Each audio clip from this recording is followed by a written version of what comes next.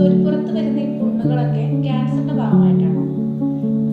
അല്ല, ഈ തൊലിപ്പുറത്ത് വരുന്ന എല്ലാ പുണ്ണുകളും ഈ പ്രശ്നങ്ങളും ഒന്നും എല്ലാം ഒന്നും ക്യാൻസർ ഒന്നുമല്ല.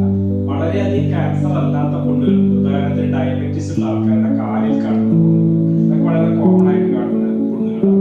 പിന്നെ ഈ വെരിക്കോസ് വെയിൻ ഉള്ളവർക്ക് പുണ്ണുകൾ ഉണ്ടാവാറുണ്ട്. അല്ലാതെ വാസ്കുലൈറ്റിസ്, പിന്നെ വളരെയധികം ത്വക്ക് രോഗങ്ങൾ, സാധാരണ കാണപ്പെടുന്ന പലതരം ത്വക്ക് രോഗങ്ങൾ, ഇതൊക്കെ അൾസറായിട്ട് കാണാറുണ്ട്.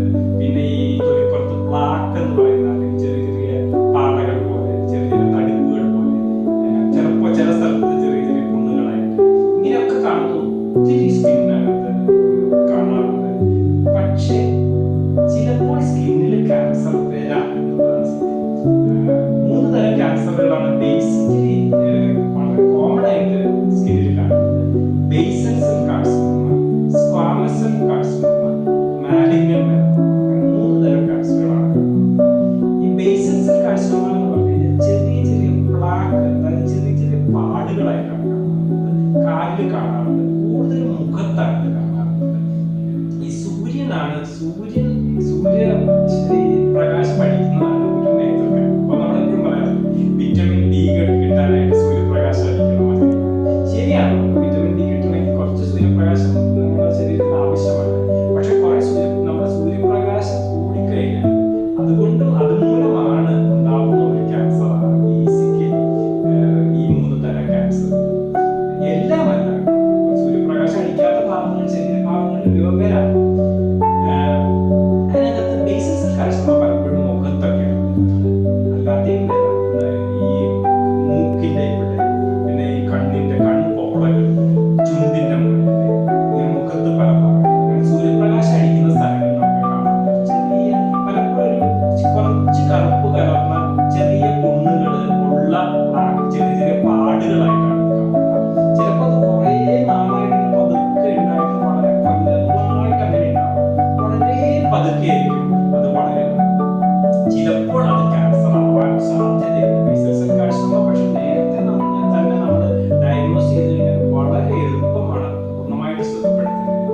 അത് എടുത്ത് കളഞ്ഞു കഴിഞ്ഞാൽ, പലപ്പോഴും അത് എടുത്ത് കളഞ്ഞു കഴിഞ്ഞാൽ പ്ലാസ്റ്റിക് സർജറി ആയിട്ടുള്ള സ്കിൻ ഗ്രാഫ്റ്റുകളോ ചെറിയ ഫ്ലാപ്പുകളോ അപ്പുറത്തെ ദശ ഇങ്ങോട്ട് മാറ്റി വെച്ച് അതൊക്കെ ശരിയാക്കേണ്ടതായിട്ട് വരാം. ചെയ്തു കഴിഞ്ഞാൽ പൂർണ്ണമായി സുഖമാവുന്ന ഒരു ക്യാൻസറാണ് ബേസൽ സെൽ കാർസിനോമ. അത് ശരീരത്തിന്റെ വേറെ ഭാഗങ്ങളിലേക്ക് പകരാനായിട്ടുള്ള സാധ്യത വളരെ കുറവാണ്. അതേസമയം ഈ സ്ക്വാമസ് സെൽ കാർസിനോമ എന്ന് പറയുന്ന സാധനം കുറച്ചുകൂടി ഒരു അപകടകാരിയാണ്. അത് മിക്കവാറും പുണ്ണുകളായിട്ടാണ് കാണാറ്. കാലിൽ കാണാറുണ്ട്. നമ്മുടെ ഇവിടെയൊക്കെ കാലിൽ ഒത്തിരി കാണാറുണ്ട്. ഇങ്ങനെ പുണ്ണുകളായിട്ട്, ചെറിയ ചെറിയ പുണ്ണുകളായിട്ട്, അത് പതുക്കെ വളരെ പതുക്കെ വലുതായി വരും. ഇത് കുറച്ചുകൂടെ അപകടകാരിയാണ്. തൊട്ടടുത്തുള്ള ലിംഫ് നോഡ്സിലേക്കൊക്കെ വളരാനായിട്ട് സാധ്യതയുണ്ട്. ഇതിന്റെ ബേസിക്കലി ട്രീറ്റ്മെന്റ് എന്ന് പറയുന്നത് ബയോപ്സി എടുത്ത് സ്ഥിരീകരിച്ചു കഴിഞ്ഞാൽ ഓപ്പറേഷനാണ് മെയിൻ ആയിട്ടുള്ള ട്രീറ്റ്മെന്റ്. പിന്നെ റേഡിയേഷൻ ഉണ്ട്. അപ്പൊ സ്ക്വാമസ് സെൽ കാർസിനോമ ആണ് വേറെ ഒന്ന്. പക്ഷെ ഇതിനകത്ത് ഏറ്റവും അപകടകാരിയായിട്ടുള്ള ഒരു സ്കിൻ ക്യാൻസർ എന്ന് പറയുന്നത് മാലിഗ്നന്റ് മെലനോമയാണ്. മാലിഗ്നന്റ് മെലനോമ എന്ന് പറഞ്ഞാൽ നല്ല കറുത്ത മറുകുകളായിട്ടാണ് ഇത് കാണുന്നത്. പക്ഷെ അപ്പൊ നമ്മൾ വിചാരിക്കും നമ്മുടെ ശരീരത്തിലൊക്കെ ഇഷ്ടംപോലെ മറുകുകൾ ഉണ്ടാവാറുണ്ടല്ലോ, അപ്പൊ ഈ മറുകുകളൊക്കെ ക്യാൻസർ ആണ്. തീർച്ചയായിട്ടും അല്ല. ഈ മറുകുകളൊക്കെ നമുക്ക് ഉണ്ടാവാറുണ്ട്. നമുക്ക് ശരീരത്തിൽ പുതിയതായിട്ട് മറുകുകൾ ഉണ്ടാവാറുണ്ട്. പക്ഷെ ഇതിനകത്ത് ചിലത് ക്യാൻസർ ആകാം. പണ്ടേ ഉണ്ടായിരുന്ന മറുകുകളിൽ ക്യാൻസർ ഉണ്ടാകാം. മാലിഗ്നന്റ് മെലനോമ ഉണ്ടാവാനുള്ള സാധ്യതയുണ്ട്. എസ്പെഷ്യലി വലിപ്പമുള്ള മറുകുകൾ കുറെ കാലം ഉണ്ടായിട്ടുണ്ടെങ്കിൽ അതിനകത്ത് മാലിഗ്നന്റ് ട്രാൻസ്ഫർമേഷൻ വരാനുള്ള സാധ്യത കുറച്ചുകൂടി കൂടുതലാണ്. അപ്പൊ എങ്ങനെ അറിയാൻ പറ്റും? നമ്മുടെ ശരീരത്തിൽ ഇപ്പൊ ഡോക്ടർ ചിലർ പറയാറുണ്ട്, ഡോക്ടർ ഇത് എന്റെ ഈ ഒരു മറുക് എന്റെ ശരീരത്തിൽ ചെറുപ്പം മുതൽ, പക്ഷെ കഴിഞ്ഞ ഒരു കൊല്ലമായിട്ട് അതിനകത്ത് കുറച്ച് പെട്ടെന്ന് വളർന്നു, അതിനകത്ത് ഒരു ഭാഗത്ത് ഒരു ചെറിയ പുണ്ണുണ്ടായി, അതിനകത്ത് നല്ല ചൊറിച്ചിൽ തോന്നുന്നു, ഒരു നിറവ്യത്യാസം തോന്നുന്നു. ഇങ്ങനെയുള്ള കാര്യങ്ങളൊക്കെ ഏതെങ്കിലും ഒരു മറുകിൽ കാണുകയാണെങ്കിൽ തീർച്ചയായിട്ടും ബയോപ്സി എടുക്കേണ്ടതാണ്.